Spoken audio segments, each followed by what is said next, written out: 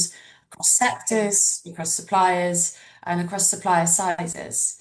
And the intent of PACT is very practical. So we turn these converging standards into something that can be actually used at scale. So for those of you that don't know PACT, we initiated 5 years ago in the World Business Council for Sustainable Development. And the main reason was to solve for the market mess of there were too many standards and the fact that product level data was just far too open for interpretation. And our mission back then was, how do we move away from this black box of Scope 3 data and create a level of trust in our upstream data and enable businesses to make real decisions with this data? So in order to achieve this mission, we built two key resources. And the first of those is the PACT methodology, and this is what we'll be focusing today's session on. And it's essentially the carbon accounting rules and guidance. So this is industry agnostic, geography agnostic, built and developed by LCA experts and the wider community of climate scientists and climate specialists that we work with at PACT. But we didn't stop there because this needs to scale and it needs to scale quickly. And the only thing in our modern world of today that scales data is tech, so digitization. And only when you enable software to support your calculation and your exchange of product carbon footprints, this is when things become quicker, things become easier, things become cheaper, and things become more accessible to all different sizes of businesses. So that's why we created the technical standard, which, for those of you that understand this very technical term, is an API. So a solution provider will embed that API within their system, and then it joins the PACT network, and it can become interoperable with other systems that have embedded the API. But we don't need to worry too much about the technical side of that today. Just wanted to paint the full picture of who PACT are and what we've built. The way that we do this brings me to our third pillar, which is our community. And the only way or reason that we're able to do what we do and deliver what we deliver is by convening a huge community of organizations across different industries, different geographies, different sectors, all feeding into PACT. Okay, so why does everything I've just mentioned matter, and why does it matter for your business specifically? So we point to three things here. So firstly, emissions hotspots. So a product carbon footprint tells you where in your product's life cycle the emissions are concentrated. And that's where you then focus your reduction efforts. And without that granularity, you're just guessing, really. And there's a common phrase in the world of data and sustainability data, which is that you cannot manage what you do not measure. And I think that's very relevant here. The second reason why PCFs matter is for customer and investor expectations. So if you're supplying into larger companies, the chances are they're being asked to report on their Scope 3 emissions, which of course includes the products that they buy from you. So PCF data feeds directly into their reporting. And of course, if you're a larger SME, you'll be reporting your Scope 3 emissions as well. And so collecting supplier-specific PCFs from your suppliers will help to increase the accuracy of what you're reporting and also build stronger relationships with your own suppliers. And the third reason is regulation. So this is moving quickly.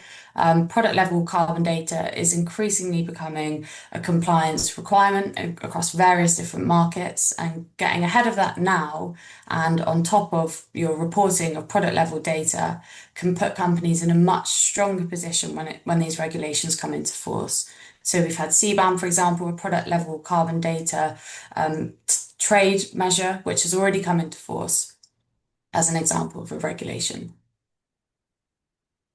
So we're going to slow down a little bit now because this next section is really the foundation for everything else that we're going to cover today. And I want to make sure that by the time we get to the 6 practical steps that you understand what a PCF is and what's inside of it. So not just the definition, but how it actually works. So bear with me on a couple of concepts, but they are more straightforward than you think, and I'm going to walk us through them now. So starting at the very beginning, emission factors. So you cannot understand a PCF without first understanding what an emission factor is. So an emission factor is a standard number that tells you how much greenhouse gas is associated with a specific activity or product. And it's a ratio of the mass of pollutant divided by a reference unit. So in practice, when you burn, for example, 1 litre of petrol in a car, a known measurable amount of carbon dioxide is released. When you produce 1 kilogram of beef, a known amount of greenhouse gas is generated across that process. And these are emission factors. Then the reference unit, so the thing that you're dividing by, can take a heap of different forms depending on what you're measuring. So it could be kilograms of fuel burnt or litres of fuel used, or even cost in pounds or whichever currency you're familiar with spent.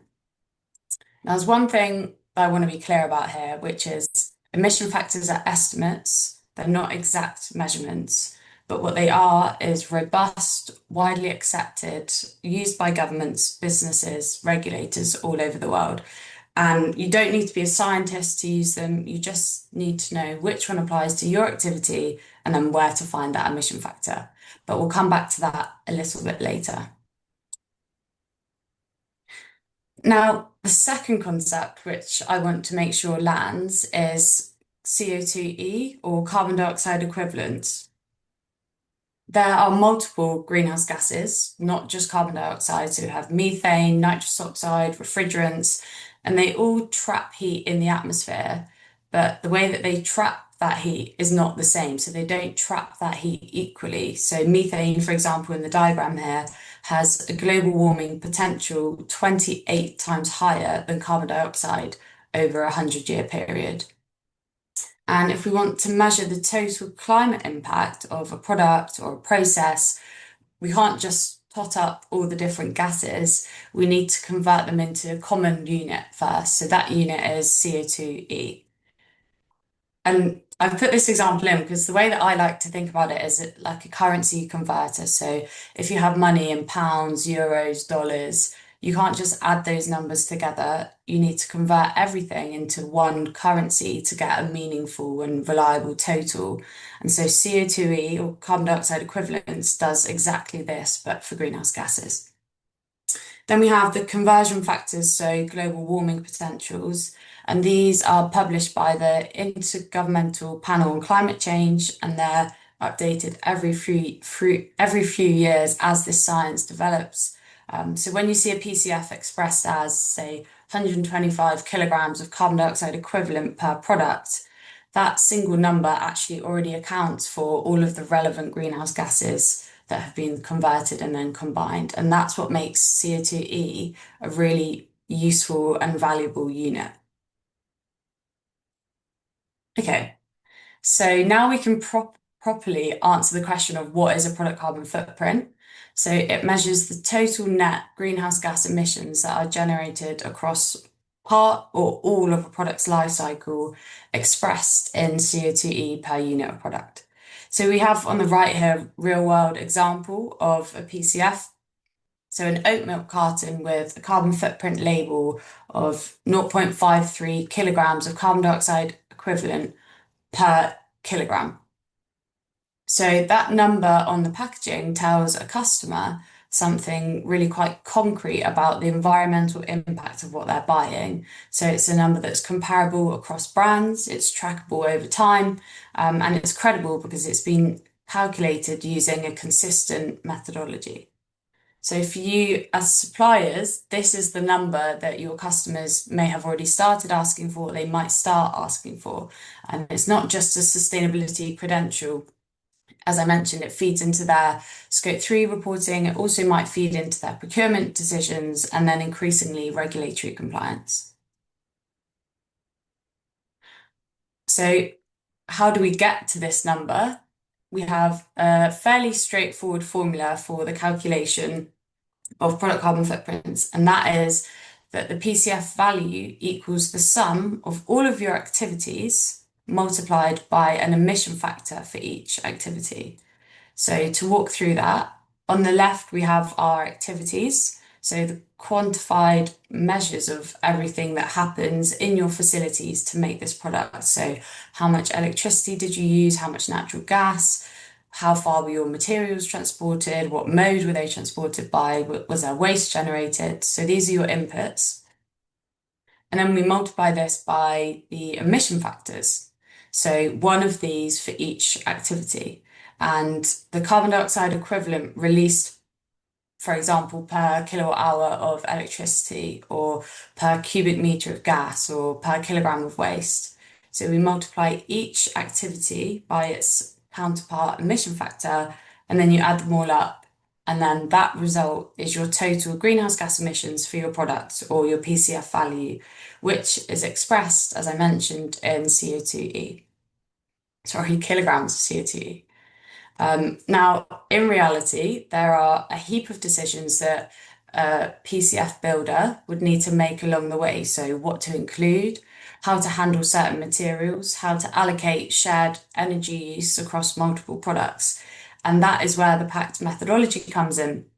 And Kevin will walk us through that a little bit later.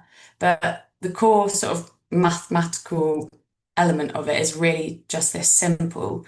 And what actually is the biggest challenge is in collecting the data itself and the different types of data that goes into this. And that brings me to my next slide. So the data challenge, let's get into what that actually looks like. So as we've gone through, every PCF is made up of these two ingredients, so activity data and emission factors. And for both of these ingredients, the data can be either primary or secondary. So primary activity data is data that you've measured yourself from your own operations. So think meter reading on your production line or energy consumption pulled from your utility bills. It's really specific to your business and your operations. And then secondary activity data is when you don't have that direct measurement. So you might use instead an industry average or a proxy. So an example here being the average energy used to produce a ton of aluminium that might be taken from a database such as EcoInvent. Then we have this same logic which applies to emission factors. A primary emission factor is one that you've calculated from your own operational data. So working out a combustion factor from the chemical composition of the fuel that you've used, or a material emission factor that has been supplied to you by your supplier for a given input material that you would use in the manufacturing of your products. And then we have secondary emission factors, which comes from external sources. So a grid electricity factor that's published by national government, or an emission factor for material used in the manufacturing of your product that you might take from a secondary database like EcoInvent or Sphera. Now, I want to be clear here that in practice, most SME PCFs will rely heavily on secondary data, and that is completely fine as a starting point, because the goal over time is to bring in more primary data for where it matters most within your footprint. But what matters now is really understanding the difference, because it will shape how you collect the data, which, as I mentioned, Kevin will cover a little bit later on. Okay, so hopefully that's been a helpful conceptual grounding, and I want to hand over now to Kevin, who is the methodology lead at PACT, who will walk us through how the methodology brings all of this together. So what it covers, how it's structured, and then what it means in practice for calculating your PCF. So Kevin, I'll pass over to you. Thank you, Izzy, and thanks for introducing my role. Great to be on the call today. And there's a few questions coming in, and the questions, look really good questions. So I was just suggesting that we might wait until the Q&A before we get to them. But let's move on with methodology, and this is where we kind of move from theory, really useful, necessary theory, towards action, starting with this really critical tool for building PCFs. Methodology is the recipe book or the rule book for what needs to be done to be able to ultimately get to a kind of reliable, consistent, and readily understandable PCF. So if we look at what the PACT methodology contains, can I move forward one slide, Izzy? Really, let's describe or talk about context first. The reason you have a methodology, part of why the PACT methodology exists is because previously, and Izzy touched on this, we saw a lot of different standards all trying to do something similar and yet having critical differences across them. So PACT's methodology has come in very purposefully to work across different industry sectors and to harmonize approach so that regardless of whether you're in the chemical sector or in a packaging sector, there is a standard that can help glue these things together with a common a way in which you would calculate emissions, meaning what's included in the emissions, what the modeling thinking is, and ultimately what we're trying to get to is consistency so that we have comparable numbers coming out of product carbon footprinting activity, and that we'll use this term again, interoperability. If we want to share data, we're also defining exactly which data should be shared. And trust me, I've been at this for 20 years now. 20 years ago, it was a messier place. We're very proud of the work that we've done. The methodology, by the way, is not a brand new thing. We're on version 3 now, and version 3 came out in the middle of 2025. It's taken many years to get to this point, and a huge amount of collaboration and consensus building with membership and other stakeholders, and we're very lucky to be able to have that type of engagement. So we think the methodology is covering lots of good ground. When we think about what we're trying to achieve with the methodology, as you can see, there are 4 key blocks or components to it. There's a section which is really about the emissions accounting, meaning how does this methodology sit with other methodologies? Are there kind of umbrella or parent thinking that we need to accept and acknowledge and refer to elsewhere? But within our own methodology, more importantly, what do we define as the right scope and boundary, and how do you go about calculating? So that's all in the emissions accounting. We've got a whole section around data integrity, which is really about quality and making sure that you can get a PCF to be fit for purpose with a structured approach to how you might assess and think about data integrity. Verification, as the name implies, are rules around how a PCF ought to be verified so that there can be assurance offered in some respect. And the 4th component is data exchange. And this is key because we are very much around how PCFs can bring value to businesses. And some of that value comes from sharing your PCF with stakeholders. Those might be customers, they might even be investors. But sharing those PCFs in a structured and consistent way is a really important part of what PACT are proud to be supporting. So that's all what's in the methodology. If we just move forward, we can talk to one thing that is absolutely critical to understand, and that is we said scope and boundary. There are terms that you may have heard about, cradle to grave and cradle to gate. Let's explain those a little bit.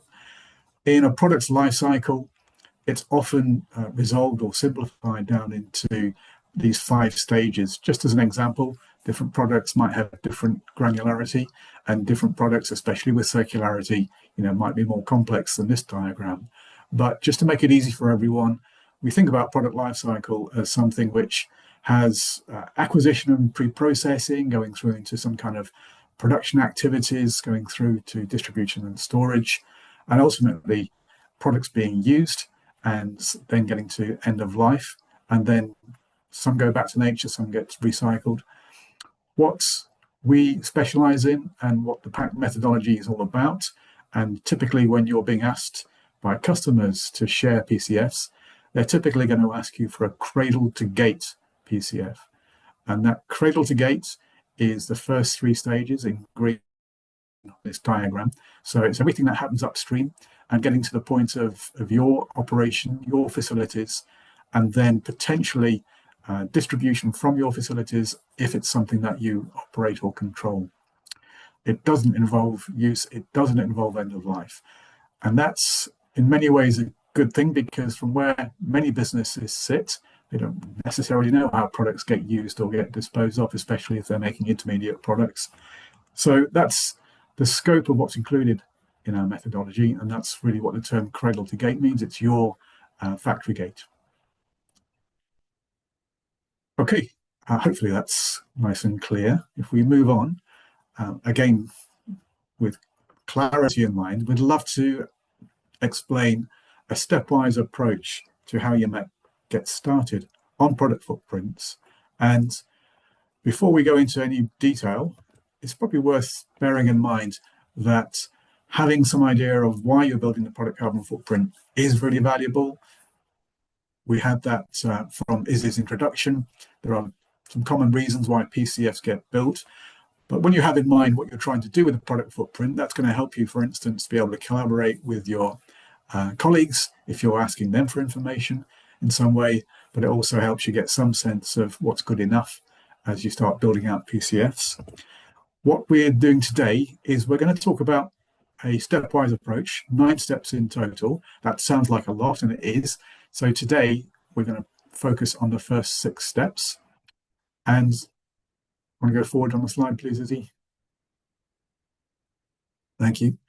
So we're taking these in nice bite-sized pieces. We'll talk through these 6 steps today, but we wanted to also make it really clear that there are other steps that you might want to take going forward.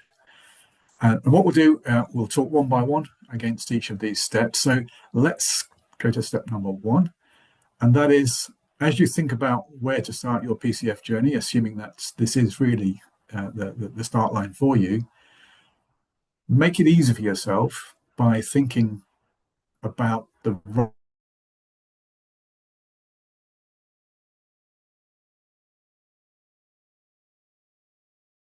and some might be a harder start for you. Some examples shown here, you might choose one that's a simpler process with fewer input materials. You might otherwise select a product where it's just really important for you to get the PCF because it's a strategically important product for your business or for your customers. And by choosing which product you start with, what we're trying to avoid is you trying to get everything completed at once. Even SMEs, I think they're very misunderstood often. We know SMEs can have complex portfolios, they can have multi-site operations, they can exist in lots of geographies. So making it simple with a nicely sized first step is critical. And as well as product choice, it might be that you want to restrict it to one site, and you might want to restrict it to one geography as well. These are all things just to make life easier. And then as you've learned from that smaller scale initiative, then you might move forward and think about how you expand. So that's step 1. And I love the truism here. Better to have one complete PCF than many that are part complete. You'll learn more from completing the journey. So on step 2, there are calculation tools out there. At PACT, we're very lucky to work closely with a number of organizations that provide such solutions. What these solutions typically do is they provide a way in which you can collect and manage your activity data. And also they'll often come with kind of pre-built emission factors or connections to emission factor libraries. That makes your life easier to find suitable emission factors. Many of these tools will also provide ways in which you can then total up with the calculation, see the headline numbers, get insights through graphical means, and so on. So whilst these solutions are potentially very powerful, you don't have to choose one. You probably want to choose one to scale with, but if you wanted to keep it simple, you can, of course, go down the spreadsheet route. Many businesses do. And of course, in today's world with AI and large language modules, you might even just get ChatGPT, for instance, to kick out a spreadsheet just to get you started. So there's lots of ways in which you can get moving forward with minimal pain. And we encourage you to have a look at our website, and you'll see listed there many of these solution providers. One final thing, in some cases, it might be that your customer invites you into using the solution as well. So we're aware that's another channel. But there are plenty of calculation tools out there. That's hopefully not a blocker to making progress. And as mentioned, spreadsheets are as good a place to start if you want to move quickly. So that takes us to step 3. On step 3, this is about getting the core data. And what is the core data Izzy's done a great job of describing activity data and emission factors. The core data really is the most important data for your product footprint. In many cases, we've got a fairly good example, sorry, a fairly good idea, and maybe some examples you can find in the literature of where the emissions impact are going to be within your products. So if you think you've got a high energy process, you'd certainly want to be making sure you've got good data about that. If you've got inputs that come from agriculture, for instance, which might be intensive, then again, that might be a very sensible place to make sure you've got good data. I guess the good news is that for many businesses, you're going to have enterprise systems like ERP systems or kind of products and spec systems. These are all great places to find existing corporate data that can be used to build your first PCFs. And perhaps even better, if you've already done some work on scope 1, 2, or 3 at corporate level, then again, you're going to have done a lot of data collection. And in many cases, it's really just a challenge of how do you allocate or distribute some of that data down to product level. But getting that core data is important. Having a plan of what it is you need, of course, is the right place to start. But essentially, work with what you've got and build forward from there is the key message. That takes us to step 4. And you've heard about primary data, secondary data. Just a reminder, primary data is the data that is really specific to your operations or your value chain, your products. Secondary data is data that's a proxy or a substitute where you don't have very specific data. And in a perfect world, maybe all PCFs will be built from 100% primary data, but we're not there yet. It's going to take a while to get there, and it's very common to need secondary data. And so this is really about use primary data where you've got access to it and where it's most important, but you should absolutely expect that you'll be using some secondary data, for instance, industry averages around scrap rates, industry averages around energy consumption perhaps, or about what upstream emissions intensities are for particular commodities. They're all areas where we would expect you to have to drop into secondary data. And using secondary data is not a sin. It's as mentioned, it's expected. It doesn't create risk to the credibility of your PCF, and instead see it as a way of allowing you to move forward and then improve on a journey over time. So that's enough on secondary data. Let's get to step 5. So step 5, you've now got your activity data, you've got your emissions factors, some of it's primary, some of it's secondary, you're in a spreadsheet or you're using a tool, but now what you're doing is you've got calculated emissions, and one of the key things to do is to look through as you go and keep checking, sense checking your calculations. Trust me, I've seen a lot of PCFs over time and I've made these mistakes myself. Working with carbon is not something that we're super familiar with. It's not like we're working with pounds and pence, or it's not like working with physical things like kilograms. We don't generally have a good feel for magnitude of carbon, so it is easy to make mistakes with units of measure or decimal points in the wrong place. So it is great to double check your results, and again, things like ChatGPT can make it very easy to sense check as well, but do sense check as you go, especially where you've got inputs and calculations, which are the big numbers. Obviously, focus your effort on making sure those look correct. One of the things that is absolutely true, whether you've been building PCFs for 10 years or whether it's your first time, data quality is something you should plan to improve over time.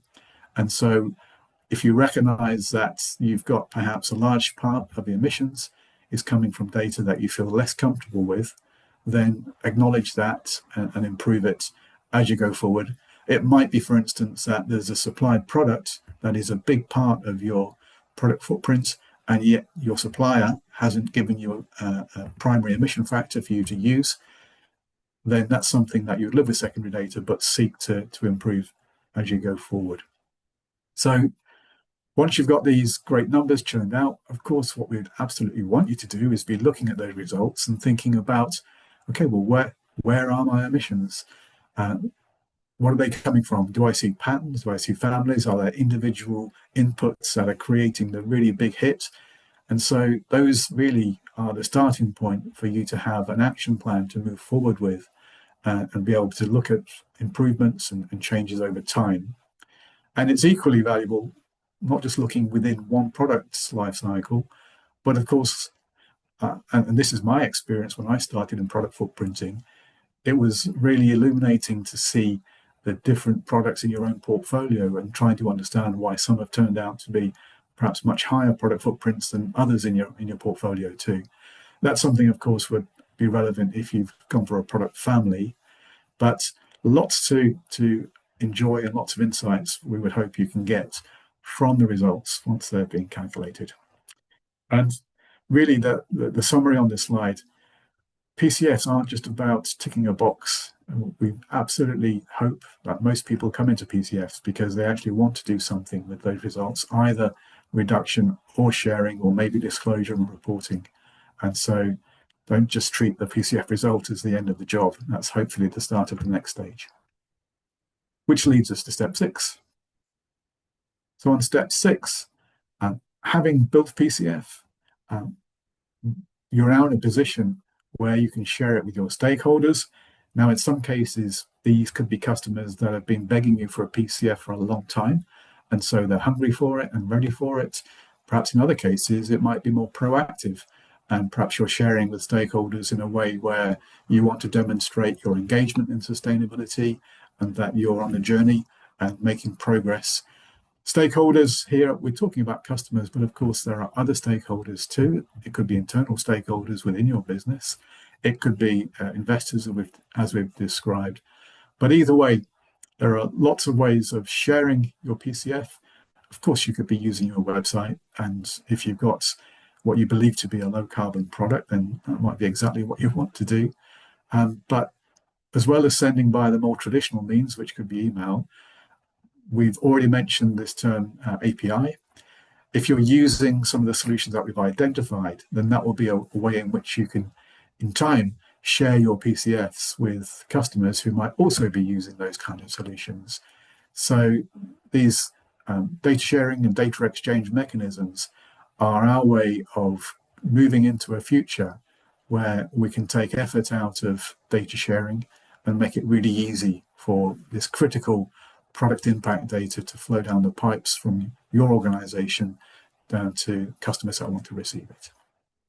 So I think the main thing here, just to wrap up, as you share your PCF, there's an opportunity now that you will be able to build more trust, that your customer sees, or customers see, or stakeholders see that you're actually making good progress, differentiate products, and then really about the collaboration.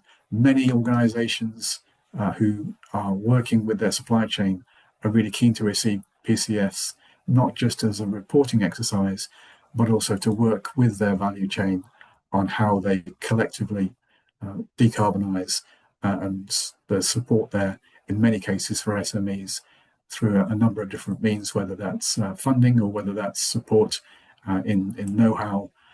These are the kind of things that having PCFs get you in the game. I think that's it for me for those 6 steps. I'm going to hand back to Izzy and, well, maybe even both of us for Q&A. So thank you for sending questions in. Izzy, over to you. Thanks very much. Yeah, so we've covered a lot of ground today. So what PCFs are, methodology behind them, and then this practical pathway to getting started. I think we're ready to open up for some questions. So as we said, drop questions that you might have in the Q&A, and we'll do our best to respond to them.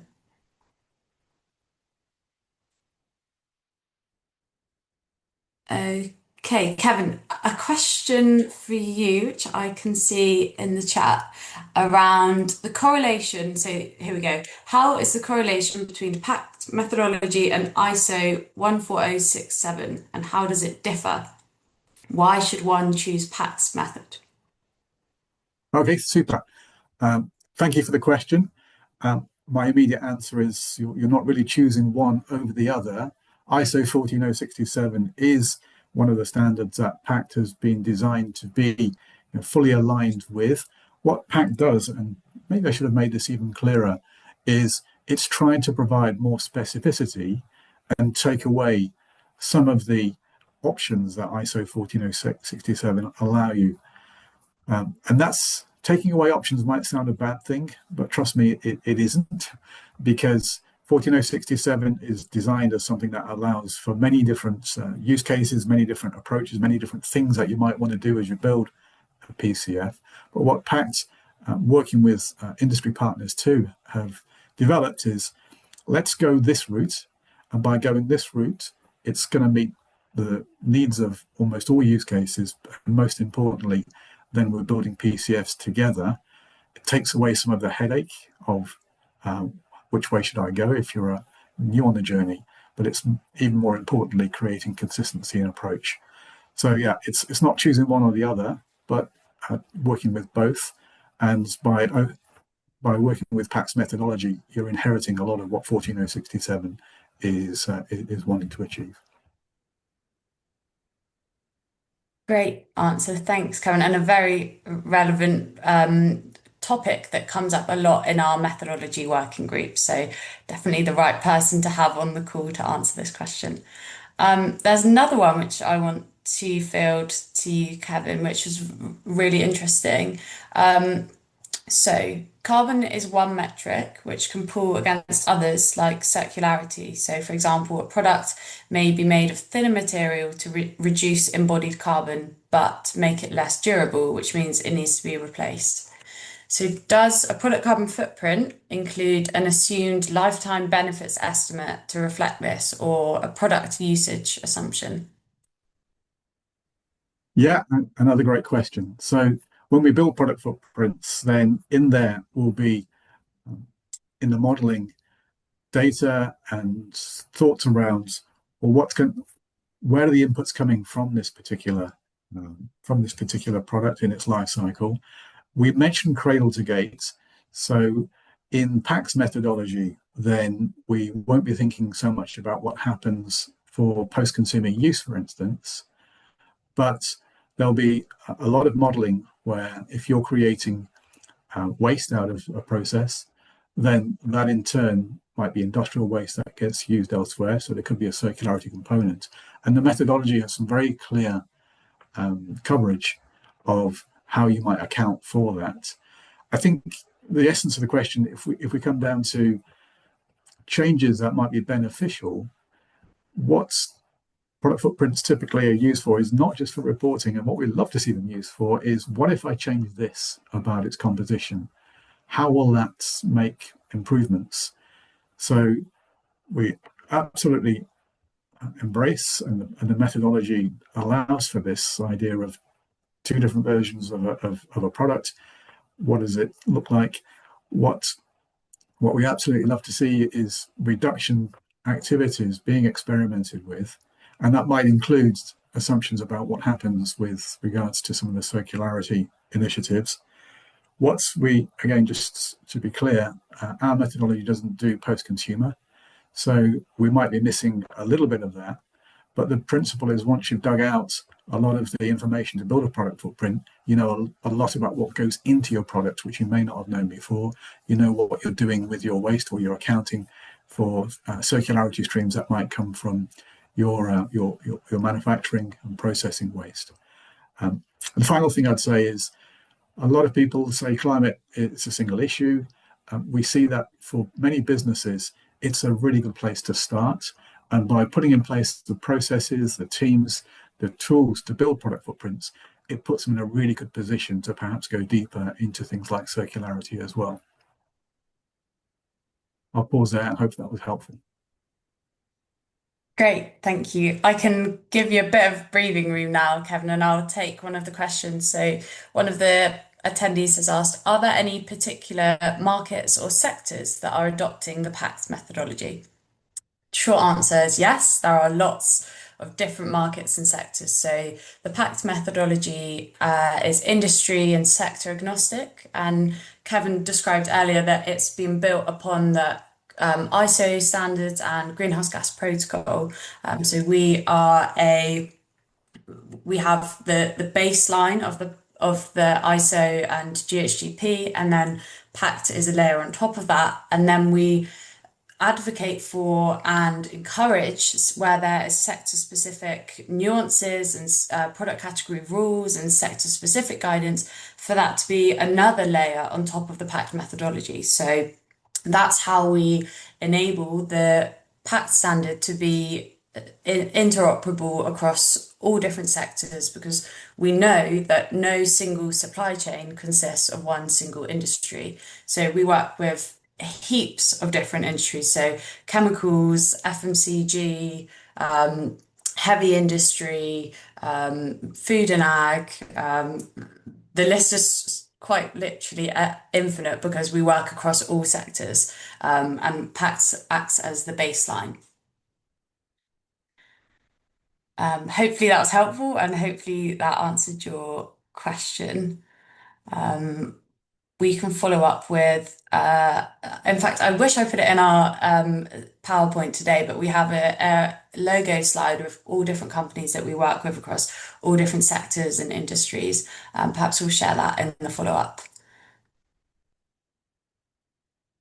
I can see another question, which is quite specific, but let me have.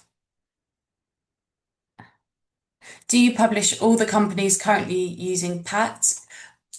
Yes, we have a logo slide which I just referenced about all of the companies that are currently using PACT. One thing that we are very aware of at PACT is because we have a standard that it's open, it's free, it's anybody can use it. We don't have the greatest insight to how well that's being adopted across the market. So one thing I would say is, if you are using PACT or if you plan to use PACT, then let us know, because that window into the adoption is really helpful for us. So we're always open to feedback, and we're always open to conversations around the methodology and the technical specifications, and also the work that we do with PACT. So we work with our members, we have different working groups, and we get a lot of interest for companies to join those. And to do so, you would be a WBCSD PACT member. So we're very open to have conversations around that as well.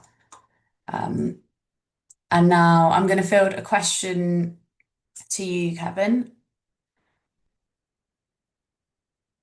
around, oh, I've just lost it. I just had it. Okay.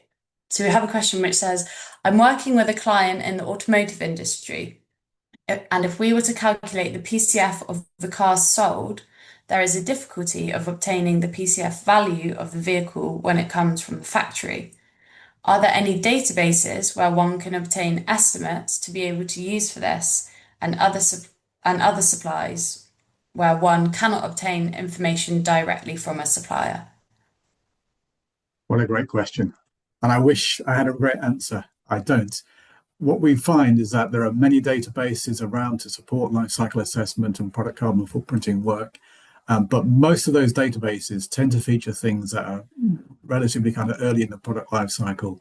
So general commodities that are pre-processed, part processed. I'm not aware of databases that are specifically around, for instance, and those general databases that I've just described, don't go to that level of product completion on the whole. So I can't help you with that. There is an initiative called Catena X, which might be a pathway into finding whether a database exists or is going to exist. Catena X, we've mentioned that we work with many industry partners and align our methodologies as far as we can. So Catena X is one that's specific to the automotive industry, but it's also not just a methodology, it's an initiative towards sustainability as well.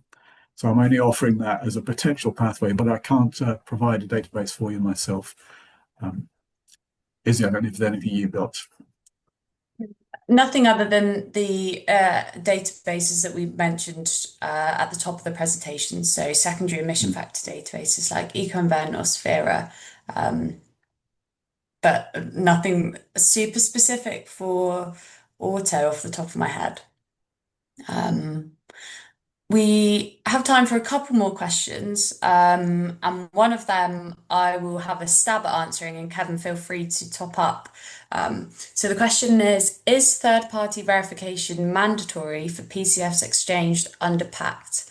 And what are the qualification requirements for the verifier?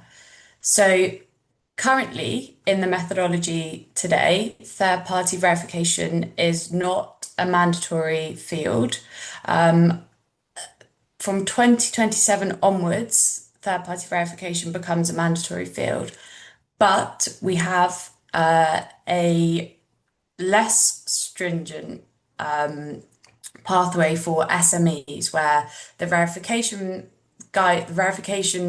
mandatory status comes in a few years later. And now this is where, Kevin, I was hoping you might be able to top up on the exact dates for SMEs for third-party verification. Yeah, sorry, just checking that. So yes, for third parties, the methodology, has got a nice table that lays out what we call short-term requirements and longer-term requirements. So I encourage you to download it, have a look. We are very realistic, or we try to be very realistic about what's achievable. And we know that for assurance or verification, the industry is kind of building itself up to how to work with PCFs. And that's one of the reasons that we've got these shorter term to long term requirements. Also, we know that many businesses have just started PCFs and they're perhaps not ready to get full blown assurance yet. So there are quite a few different criteria. We've got a phased in approach, and maybe rather than try and share all the details verbally, if you go to the methodology, it is called out there, but we absolutely embrace that SMEs are sometimes a little bit more resource constrained. And that's why we've been very specific in saying that we're not expecting SMEs to go down the accelerated pathway or the same pathway as for other organizations. And the final thing I'll say on it is verification comes in different levels as well. In where we are today, what we're thinking, not what we're thinking, but what's in the methodology is a requirement for 2025 through to 2030 for most organizations is around limited assurance of PCFs. Further down the line, and perhaps what's more important, is trying to get to verification where you're not thinking about verifying individual PCFs, but we're moving into a system that gets looked at and essentially signed off as that's a system that can produce reliable, repeatable PCFs, and taking some of the pain out of verification as well. Great answer. Thanks, Kev. Um, I can take one now. So we have another question, which is, as a platform provider, if we need to be compliant to PACT, the PACT framework, what is the process and how long does it take to complete the end-to-end process? So from that question, I'm understanding to be compliant to the PACT framework, I'm assuming you mean to be conformant with PACT, which is having implemented the API.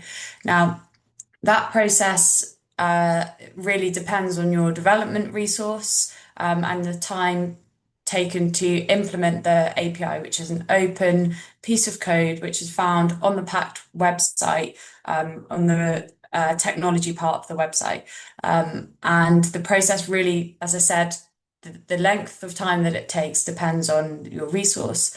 But we have built a part of the network services at PACT, conformance tester. So rather than having to test against other tools or test internally, you can test your conformance to PACT or your ability to share and exchange data through the PACT network using the PACT network services conformance testing, which speeds up the process a lot.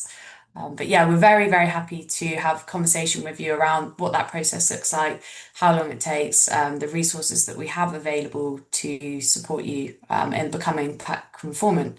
But yeah, super exciting that you're interested in becoming PACT conformant. Just now I'm going to have a scroll through the other questions. Izzy, I can pick one up if you like. Great, thank you. Yeah. Okay. Well, there's a couple in fact. So one was, how is the methodology linked to greenhouse gas protocol? And there is a link indeed. So it's similar to the question about ISO 14067. So when the PACT methodology was developed, it was very much developed thinking of all the good stuff that the greenhouse gas product protocol delivered, or product standard, sorry, greenhouse gas protocol product standard delivered. But then again, try to offer, oh, not try, but very much move towards more specificity. So it works very much in tandem with the greenhouse gas protocol, either the scope, the corporate, the product standard, and the value chain. So that there really shouldn't be inconsistencies there. I think the same person also asked another great question, which is how do you access activity data accurately per specific product when you've got many products being produced on the same production line? And that's something that's very common, of course, across industry. Whether it's process or discrete manufacturing, you might have the same facility producing many products. One of the things that the methodologies and the general principles cover very well is, if you can, try to separate out the data specific to a product if your measurements and telemetry and so on are supportive of that. But if they're not, then you allocate, and allocation has got very specific rules, but helpful rules. And so there's plenty of stuff in the methodology that describe reasons or ways in which you might take a problem of, I only have numbers for a whole production line, how do I get them down to product level? So it's a very recognized need, and one I think that we've covered quite well within methodologies. But great question, and I'm glad you ask it. And so, the final point on it is, you don't need to have data down at product level or activity data. You can very readily work without that. Great. Thanks, Kevin. I think with the interest of time, we'll move on to our final steps or final slide, next steps. So we've covered a lot of ground, as I've mentioned, and let me just bring it home with three key next steps that you can take away from today. First things first, pick your products, choose one product or one product family from your portfolio and commit to calculating a PCF for it. As we've said, just do one. Don't try and do the whole portfolio in one go.